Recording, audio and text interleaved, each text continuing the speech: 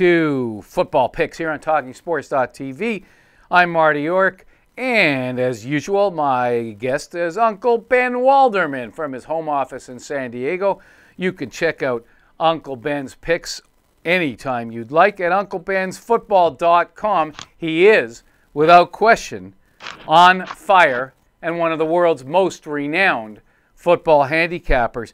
Now, before we get his picks on the wild card games this week, I do want to pick his brain a little bit about the coaching changes that were made in the NFL. In Detroit, Jim Schwartz was fired. In Tampa Bay, Greg Schiano was fired, and there's talk that Lovie Smith will be taking over any second now as the new head coach of the Buccaneers. In Cleveland, after only 1 year, Chudzinski got the axe. After many years in Houston, the Texans got rid of Kubiak. That was a little earlier, actually. Washington, as expected, got rid of a one-time superb coach, Mike Shanahan.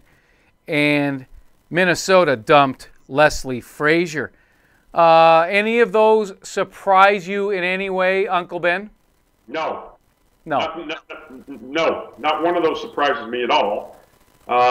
There's been a couple of hires already, too. Lovie Smith, in fact, did sign with the Tampa Bay Buccaneers, Marty. I think it was a 4-year deal last night. Yeah, he's going to step in there now. Greg Schiano, who was at Rutgers, came down. Everybody thought he had it going. Had problems with Josh Freeman. Then he's put Mike Glennon in. Mike Glennon's looked pretty good, I got to say, since they put him in there. A lot better than Josh Freeman has. Yep. I don't know what Lovie Smith's going to do there. Or if he's going to be their quarterback, then they're going to have a very high draft pick. We'll see what Lovie's going to do. He typically likes defensive players. Lovie Smith in the draft, I'm talking about, Marty. But yeah, he took over there, and Bill O'Brien from Penn State was hired as the Houston Texans head coach. I don't know if you're aware of that. A couple of days back, that was a very good hire. He used to be with the New England Patriots, worked under Bill Belichick. Should be a solid hire. They were going to have the first draft pick. They're probably going to take Teddy Bridgewater. Their bowl game, Marty, was my largest of the year in Uncle Ben's football. And I'm pleased to say it was a blowout. Louisville killed him. Teddy Bridgewater looked fantastic. And I don't see why the Houston Texans wouldn't take Teddy Bridgewater because their quarterback situation down there is pretty much horrid. Matt Schaub's pretty much done. Case Keenum is not going to be the answer for that team. So I just think that the Texans are going to have the first pick. They do have the first pick in the draft, and I think Bill O'Brien will pick Teddy Bridgewater out of Louisville. The Lions got rid of Jim Schwartz. I think that was a long time coming, actually. This is a total team of underachieving. They've always had great athletes. They had the first pick in the draft 5-6 years in a row. I mean, they drafted great athletes, Matthew Stafford, Megatron. They've had some great offensive teams, but they just can't seem to get it done in December. They always hold their tent. Jim Schwartz gone. But I did hear that actually that Jim Schwartz is going to be the defensive coordinator for the Cleveland Browns, possibly. I don't know where they come up with that, and I'm not sure who the head coach is going to be. Right. I would think, Uncle Ben, that makes no sense, only because it's a head coach that likes to have some input on who his defensive coordinator is going to be, and they haven't picked one yet. I know that the Cleveland Browns fired their coach. Do they fire their coach every year, Marty? It seems like it, doesn't it? That's the only one out of this group of 6 that really surprised me a little bit. I don't know. He couldn't get along with Trent Richardson, apparently, earlier in the year. There was a major trade. We talked about that deal at length here on Football Picks on TalkingSports.tv at that time that it happened. And there were some people saying, that deal was going to make or break him. If they got into the playoffs without Richardson after making that trade, that he would be fine. Well, they didn't get in the playoffs, and the day after the regular season, he was down. But, I mean, how much of that was his fault? He inherited some pretty mediocre quarterbacking. I think you got to give a guy a little more than a year before you fire him. I thought Cleveland was beginning to make some progress. I even thought Jason Campbell at quarterback was starting to look okay. They've got a very good receiver. And Gordon. I mean, they have some key elements. Joe Hayden's a very good cornerback. I think there must have been something wrong there with the chemistry. Otherwise, you don't fire your coach after 1 year. I just don't think that's fair. Well, they finished horribly. They actually started up the season looking pretty good, the Cleveland Browns, especially on the defensive side of the ball. Yeah. They keep teams down to low scoring. But I think what happened, Marty, is, when your offense is off sitting on the sidelines and your defense is working 30, 35 minutes a game, I think you wear down. They couldn't keep it together, and they just lost it. I think they lost their last 7 games in a row, the Cleveland Browns, and that's why Jasinski got fired. Then the Texans, we talked about that at length. Kubiak, this team was the #1 underachieving team in the NFL. I mean, I actually picked this team to go to the Super Bowl, and I'm not afraid to admit it. And they ended up 2-14, and I think they lost their last 14 games in a row. They started out 2-0 this team. And, it's quite possible they could have lost all their games because their 2 victories were in the last minute. But anyway, he's gone. Like I said, Bill O'Brien comes in from Penn State. Good hire, I say. Very good coach. Worked under Bill Belichick, possibly one of the greatest coaches ever to walk the sidelines. And I like that hire. Okay, we talked about that. The Washington Redskins, I mean, Mike Shanahan lost this team probably week 5 or 6 of the season. He's really hasn't performed up to anything. Like, he did get the playoffs last year when RG3 had that great year, but the 3 out of 4 years, the Redskins were horrible.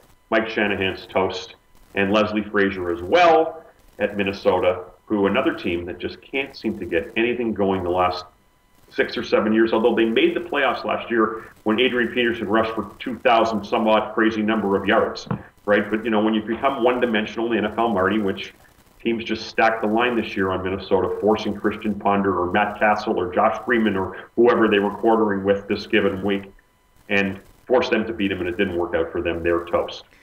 So, any surprises? I know your favorite, Jason Garrett. I mean, I'm a little shocked on that. The Dallas Cowboys, another underachieving season for them, 8-8. Handsome Howard was right on by that when he called that right at the beginning of the season, saying the Dallas Cowboys were a 500 team. Well, that's where they finished. Another disappointing December for them. Granted, they were missing their quarterback in the final, huge game against Philadelphia. But Tony Romo hasn't won a big game in December, so I don't know if the outcome would have been any different. Am I surprised Jason Garrett's not gone? It's tough. Jerry Jones is the problem in Dallas, in my opinion, Marty. I've been saying this all along. You can't fire the owner. You can't, he's the GM, he's the CEO, he's the owner. Tough to get good people to work for an owner that just won't let a coach, do his own thing. He's pulling all the puppet strings there, and I don't know if there's a puppet out there that's any better than Jason Garrett right at this moment that wants to, sign a deal and be doing this all the time for Jerry Jones. I'm not sure. The only other team that I see, I don't see the Bills firing Doug Marrone. I think the Bills came back this year. They look a little better. They've got some good young players. Their defense is a little horrid against the run, but I'm not really surprised that Doug Marrone's going to stay there and make his course. The only other team I think, another traditionally bad team, Marty, that always seems to fire their coach, the Oakland Raiders. 4-12 this year, another disappointing season. Their quarterbacking situation is horrible again.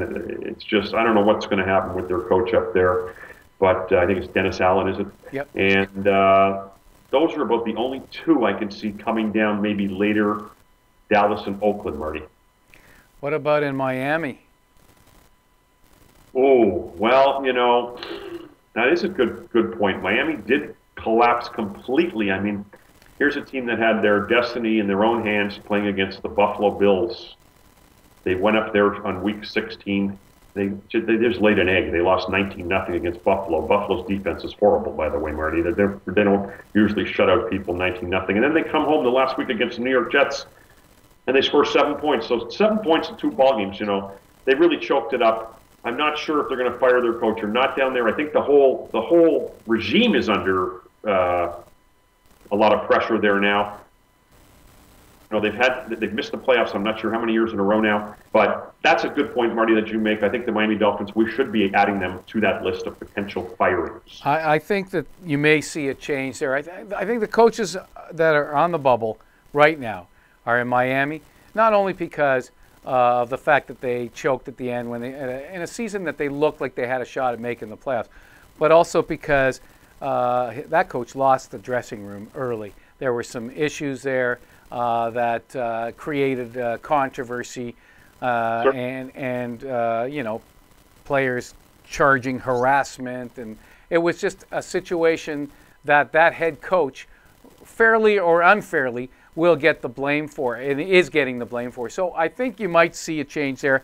I think you might see a change in Dallas just because Jerry Jones is a meddling guy and he has to show the world that he's doing something. And I wouldn't be at all surprised if Jason Garrett gets fired within the next week or so.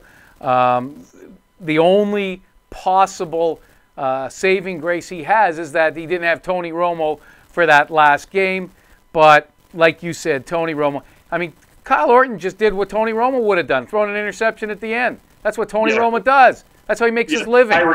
All I say, you know? Yeah. But really, it's their defensive coordinator that must go, I think, in Dallas, for sure. They were the 32nd ranked defense, the worst in the NFL, and that's really was their demise for the season, in my opinion. Well, they're going to do something. You know, Jerry Jones just can't sit still. And I do think Dennis Allen keeps his job in Oakland. He's a young coach.